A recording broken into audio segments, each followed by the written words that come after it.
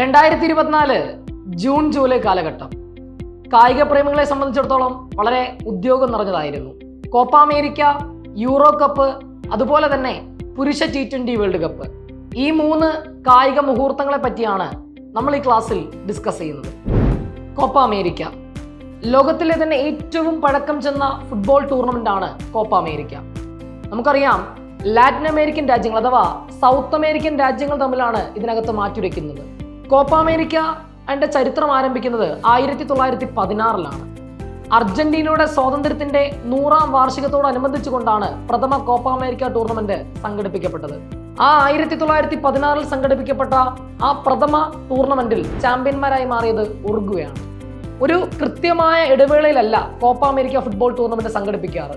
5 വർഷമോ 4 വർഷമോ 2 വർഷമോ അങ്ങനെ ഒരു കൃത്യമായ ഇടവേള കോപ്പ അമേരിക്ക പിന്തുടരാറില്ല. എന്നാൽ 2024 അരങ്ങേറിയത് കോപ്പ അമേരിക്കയുടെ ചരിത്രത്തിലെ എത്രാമത്തെ എഡിഷൻ ആണ് എന്ന് ചോദിച്ചു കഴിഞ്ഞാൽ അത് 48ാമത്തെ എഡിഷനാണ്. ഇത്തവണത്തെ കോപ്പ അമേരിക്ക ഫുട്ബോളിന്റെ വേദി അമേരിക്കയാണ്. 2024 ജൂൺ മാസം 20 മുതൽ ജൂലൈ മാസം 14 വരെയാണ് 2024 കോപ്പ അമേരിക്ക ടൂർണമെന്റ് സംഘടിപ്പിക്കപ്പെട്ടത്. ആകെ 16 രാജ്യങ്ങളാണ് ഇത്തവണത്തെ ടൂർണമെന്റിൽ പങ്കെടുക്കുന്നത്. ഈ 16 രാജ്യങ്ങളായി ആകെ മൊത്തം എത്ര മത്സരങ്ങൾ നടന്നു എന്ന് ചോദിച്ചാൽ ആകെ മൊത്തം 32 മത്സരങ്ങൾ അരങ്ങേറുന്നുണ്ട്. ഏതൊരു ടൂർണമെന്റ് നടക്കുമ്പോഴും അതിനൊരു ഔദ്യോഗിക പന്തും ഔദ്യോഗിക ഗാനവും ഔദ്യോഗിക ചിഹ്നവും ഒക്കെ ഉണ്ടാവാറുണ്ട്. ഇത്തവണത്തെ കോപ്പ അമേരിക്കയുടെ ഔദ്യോഗിക ചിഹ്നമാകട്ടെ ക്യാപിറ്റൻ എന്ന ഗരുഡനാണ്. ഔദ്യോഗിക പന്തിന്റെ പേര് കുബ്രൈ, ഔദ്യോഗിക ഗാനമാണെങ്കിലോ പൻഡേറിയ. 2024 കോപ്പ അമേരിക്ക ഫൈനലിന്റെ വേദി മിയാമിയിലെ ഹാർഡ് റോക്ക് സ്റ്റേഡിയം ആയിരുന്നു. ഫൈനലിൽ ഏറ്റുമുട്ടിയതാകട്ടെ നിലവിലെ ചാമ്പ്യന്മാരായ അർജന്റീനയും അതുപോലെ തന്നെ കൊളംബിയയും. അധിക സമയത്തിലേക്ക് നീണ്ടുനിന്ന മത്സരത്തിൽ 112ാമത്തെ മിനിറ്റിൽ അർജന്റീൻ താരമായിട്ടുള്ള ലൊട്ടാറോ മാർട്ടിനസ് നേടിയ ഗോളിലൂടെ അർജന്റീന 2024 കോപ്പ അമേരിക്ക ടൂർണമെന്റിൽ മുത്തമിടുന്നുണ്ട്. ഇതോടുകൂടി അർജന്റീനയുടെ പക്കൽ 16 കോപ്പ അമേരിക്ക കിരീടങ്ങളെത്തി. അതോടുകൂടി മറ്റൊരു നേട്ടം കൂടി അർജന്റീന നേടുന്നുണ്ട്. ഏറ്റവും കൂടുതൽ തവണ കോപ്പ അമേരിക്ക ചാമ്പ്യന്മാരായ ടീമായി അർജന്റീന മാറുന്നുണ്ട്. അർജന്റീനയുടെ ക്യാപ്റ്റൻ സാക്ഷാൽ ലയണൽ മെസ്സിയാണ്. മെസ്സി ഈ ടൂർണമെന്റോട് കൂടി മറ്റൊരു നേട്ടത്തിന് അർഹനായി. ഏറ്റവും കൂടുതൽ കോപ്പ അമേരിക്ക ഫൈനൽ കളിച്ച താരമായി മെസ്സി മാറുന്നു. 5 കോപ്പ അമേരിക്ക ഫൈനലുകൾ. ഏറ്റവും കൂടുതൽ കോപ്പ അമേരിക്ക മത്സരങ്ങൾ കളിച്ചതും മെസ്സി തന്നെ, 36 കോപ്പ അമേരിക്ക മത്സരങ്ങൾ. അർജന്റീനയുടെ coach Lionel Scaloni. 2024 Copa America ടൂർണമെന്റിന്റെ അവാർഡിംഗ് സെറമണിയിലേക്ക് വന്നു കഴിഞ്ഞാൽ ടൂർണമെന്റിൽ ഏറ്റവും കൂടുതൽ ഗോൾ നേടി താരത്തിന് നൽകുന്ന പുരസ്കാരമായ ഗോൾഡൻ ബൂട്ട് പുരസ്കാരത്തിന് അർഹനായത് അർജന്റീൻ താരമായ ലൊട്ടാറോ മാർട്ടിനസ് ആണ്. അദ്ദേഹം ഈ ടൂർണമെന്റിലുടനീളം 5 ഗോളുകൾ നേടുന്നുണ്ട്. ടൂർണമെന്റിലെ ഏറ്റവും മികച്ച താരത്തിന് നൽകുന്ന ഗോൾഡൻ ബോൾ പുരസ്കാരം ഇത്തവണ കരസ്ഥമാക്കുന്നത് കൊളംബിയൻ താരമായിട്ടുള്ള ജെയിംസ് റോഡ്രിഗസുമാണ്. അതുപോലെ ടൂർണമെന്റിലെ ഏറ്റവും മികച്ച ഗോൾ കീപ്പർക്കുള്ള പുരസ്കാരമായ ഗോൾഡൻ ഗ്ലൗ പുരസ്കാരം നേടുന്നത് അർജന്റീനയുടെ ഗോൾ കീപ്പറായിട്ടുള്ള എമിലിയാനോ മാർട്ടിനസുമാണ്. ഫൈനലിൽ പരാജയപ്പെട്ടു പോയെങ്കിലും Copa America 2024 fair play award കരസ്ഥമാക്കിയാണ് കൊളംബിയൻ സംഘം നാട്ടിലേക്ക് മടങ്ങിയത്. യൂറോ കപ്പ് യൂറോപ്യൻ രാജ്യങ്ങൾ തമ്മിലുള്ള ഫുട്ബോൾ ടൂർണമെന്റ് ആണ് യൂറോ കപ്പ്. യൂറോ കപ്പിന്റെ ചരിത്രം ആരംഭിക്കുന്നത് 1960-ലാണ്. പ്രഥമ ചാമ്പ്യന്മാരായി മാറിയത് സോവിയറ്റ് യൂണിയനും. നമുക്കറിയാം, ഓരോ 4 വർഷം കൂടുമ്പോഴാണ് യൂറോ കപ്പ് നടക്കാറ്. അങ്ങനെ നോക്കുമ്പോൾ 2024 നടന്നത് യൂറോ കപ്പിന്റെ ചരിത്രത്തിലെ 17ാമത് എഡിഷനാണ്. 2024 ജൂൺ മാസം 14 മുതൽ ജൂലൈ മാസം 14 വരെ ജർമ്മനിയിൽ വെച്ചിട്ടായിരുന്നു ഇത്തവണത്തെ യൂറോ കപ്പ് സംഘടിപ്പിക്കപ്പെട്ടത്. ആകെ 24 രാജ്യങ്ങളാണ് ഇത്തവണത്തെ യൂറോ കപ്പിൽ പങ്കെടുത്തത്. ഈ 24 രാജ്യങ്ങളും ചേർന്ന് ആകെ എത്ര മത്സരങ്ങൾ നടന്നു എന്ന് ചോദിച്ചാൽ ആകെ മൊത്തം 51 മത്സരങ്ങൾ നടക്കുന്നുണ്ട്. ഇത്തവണത്തെ യൂറോ കപ്പിന്റെ ഭാഗ്യചിഹ്നം ആൽബർട്ട് എന്ന ടെഡി ബിയർ ആണ്. ഔദ്യോഗിക ഗാനമാകട്ടെ ഫയർ, ഔദ്യോഗിക പന്ത് ഫുസ് ബെല്ലിബെ. ജർമ്മനിയിലെ ഒളിമ്പിയ സ്റ്റേഡിയമാണ് ഇത്തവണത്തെ ഫൈനലിന്റെ വേദി. ഫൈനലിൽ ഏറ്റുമുട്ടിയതാകട്ടെ സ്പെയിനും ഇംഗ്ലണ്ടും. 2-1 സ്പെയിൻ ഇംഗ്ലണ്ടിനെ പരാജയപ്പെടുന്നുണ്ട്. ഇതോടുകൂടി സ്പെയിന്റെ കിരീട നേട്ടം 4 ആയി മാറി. യൂറോ കപ്പിൽ സ്പെയിന്റെ 4ാമത് കിരീട നേട്ടമാണത്. ഏറ്റവും കൂടുതൽ തവണ യൂറോ കപ്പ് ചാമ്പ്യന്മാരായ ടീമായി സ്പെയിൻ മാറുന്നുണ്ട്. കിരീടമുയർത്തിയ സ്പാനിഷ് പടയുടെ നായകന്റെ പേര് ആൽവാരോ മൊറാട്ടയാണ്. അതുപോലെ ഇത്തവണ ഫൈനലിന്റെ താരമായി മാറിയത് നിക്കോ വില്യംസ് ആണ്. സ്പാനിഷ് താരമാണ് നിക്കോ വില്യംസ്. ഇനി ടൂർണമെന്റിൽ ഏറ്റവും കൂടുതൽ ഗോളുകൾ നേടുന്ന താരത്തിന് കൊടുക്കുന്ന പുരസ്കാരമായ ഗോൾഡൻ ബൂട്ടിന് ഇത്തവണ 6 താരങ്ങൾ അർഹമാവുന്നുണ്ട്. ഓരോ താരവും 3 ഗോൾ വീതം നേടിയതിനാലാണ് ഇത്തവണ ഗോൾഡൻ ബൂട്ട് 6 താരങ്ങൾക്ക് നൽകേണ്ടി വന്നത്. അതുപോലെ ടൂർണമെന്റിലെ ഏറ്റവും മികച്ച താരത്തിന് നൽകുന്ന പുരസ്കാരമായ ഗോൾഡൻ ബോൾ പുരസ്കാരം നേടിയത് സ്പാനിഷ് താരമായ റോഡ്രിയാണ്. ഈ റോഡ്രിയെ പറ്റി പറയുമ്പോൾ ഒരു കാര്യം കൂടി പഠിക്കേണ്ടതായിട്ടുണ്ട്. 2024 ബാലൻഡിയോർ പുരസ്കാര ജേതാവ് കൂടിയാണ് ഈ റോഡ്രി. അതുപോലെ തന്നെ ടൂർണമെന്റിലെ ഏറ്റവും മികച്ച ഗോൾ കീപ്പർക്കുള്ള ഗോൾഡൻ ഗ്ലൗ പുരസ്കാരത്തിന് അർഹനാവുന്നത് ഫ്രാൻസിന്റെ ഗോളിയായിട്ടുള്ള മൈക്ക് മൈഗ്നനാണ്. ഇനി നമുക്ക് പരാമർശിക്കേണ്ട പേര് സ്പാനിഷ് താരമായ ലാമിൻ യമാൽ എന്ന പേരാണ്. 4 പ്രധാനപ്പെട്ട വസ്തുക്കൾ ലാമിൻ യമാലിനെ പറ്റി പഠിക്കേണ്ടതായിട്ടുണ്ട്. സ്പാനിഷ് താരമാണ് ലാമിൻ യമാൽ. വെറും 16 വയസ്സ് മാത്രമാണ് പ്രായം. യൂറോ കപ്പിന്റെ ചരിത്രത്തിൽ പങ്കെടുത്ത ഏറ്റവും പ്രായം കുറഞ്ഞ താരമാണ് ലാമിൻ യമാൽ. അതുപോലെ തന്നെ ഈ ടൂർണമെന്റിൽ അദ്ദേഹം ഗോൾ നേടുന്നുണ്ട്. അതോടുകൂടി മറ്റൊരു നേട്ടത്തിന് ലാമിൻ യമാൽ അർഹനായി.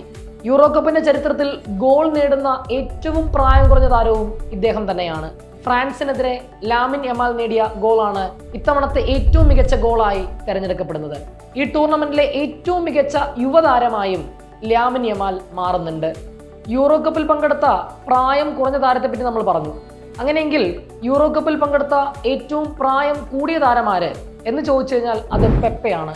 പോർച്ചുഗലിന്റെ താരമാണ് പെപ്പെ. 41 വയസ്സാണ് അദ്ദേഹത്തിന്റെ പ്രായം. എന്നാൽ യൂറോ കപ്പിൽ ഗോൾ നേടിയ ഏറ്റവും പ്രായം കൂടിയ താരം, ആ നേട്ടത്തിന് അർഹനാവുന്നത് ക്രൊയേഷ്യൻ താരമായിട്ടുള്ള ലൂക്ക മോഡ്രിച്ച് ആണ്. ഇനി നമുക്ക് പരാമർശിക്കേണ്ടത് സാക്ഷാൽ ക്രിസ്ത്യാനോ റൊണാൾഡോയെ പറ്റിയാണ്. ഈ യൂറോ കപ്പോട് കൂടി അദ്ദേഹം 2 നേട്ടങ്ങൾ കൈവരിക്കുന്നുണ്ട്. ഏറ്റവും കൂടുതൽ യൂറോ കപ്പ് ടൂർണമെന്റുകൾ പങ്കെടുത്ത താരമാണ് ക്രിസ്ത്യാനോ റൊണാൾഡോ, 6 യൂറോ കപ്പുകൾ.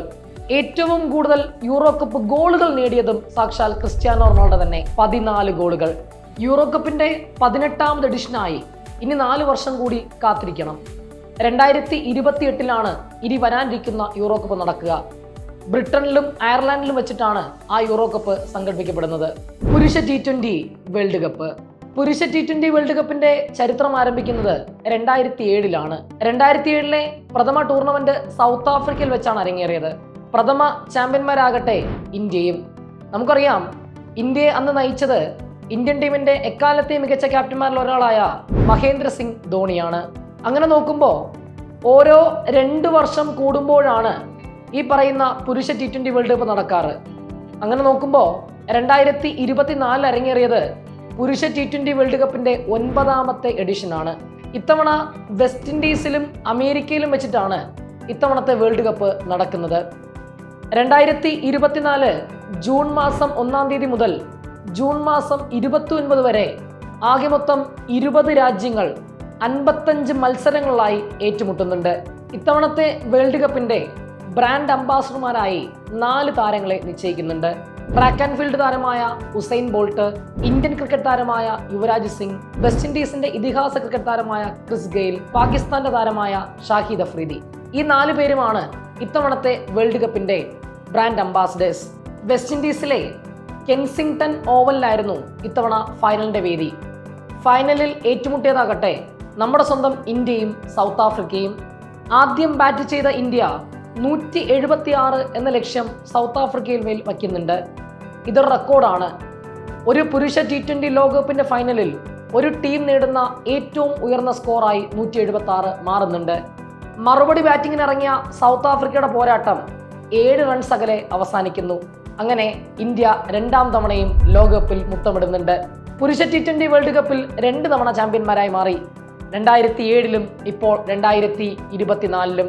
17 വർഷങ്ങൾക്ക് ശേഷമാണ് ഇന്ത്യ വീണ്ടും ചാമ്പ്യന്മാരായി മാറുന്നത്. 2013 ശേഷം ഇന്ത്യ നേടുന്ന മേജർ ടൂർണമെന്റ് കൂടിയാണ് ഇത്തവണത്തെ വേൾഡ് കപ്പ് എന്ന പ്രത്യേകത കൂടിയുണ്ട്. കിരീടമുയർത്തിയ ഇന്ത്യൻ ടീമിന്റെ നായകന്റെ പേര് രോഹിത് ശർമ്മ, കോച്ചാകട്ടെ രാഹുൽ ദ്രാവിഡും. എന്നാൽ നിലവിൽ ഇന്ത്യൻ ടീമിന്റെ പരിശീലകൻ ഗൗതം ഗംഭീറാണ്.